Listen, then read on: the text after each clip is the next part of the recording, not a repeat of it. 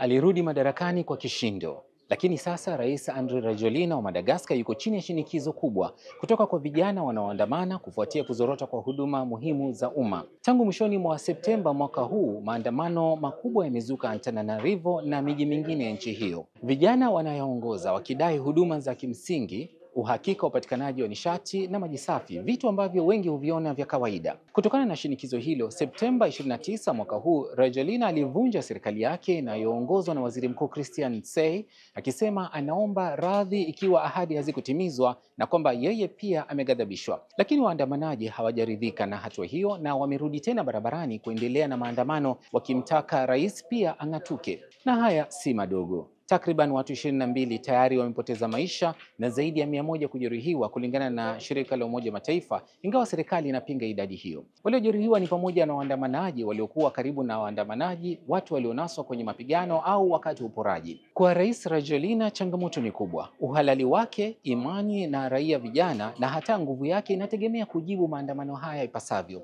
Basi huyu Rajoelina ni nani? Andry Rajoelina alianza kama DJ kabla ya kuhamia katika sekta ya habari na biashara nchini Madagascar. Aliingia katika siasa katikati ya miaka 2000 na kuwa meya wa Antananarivo mnamo mwaka 2007.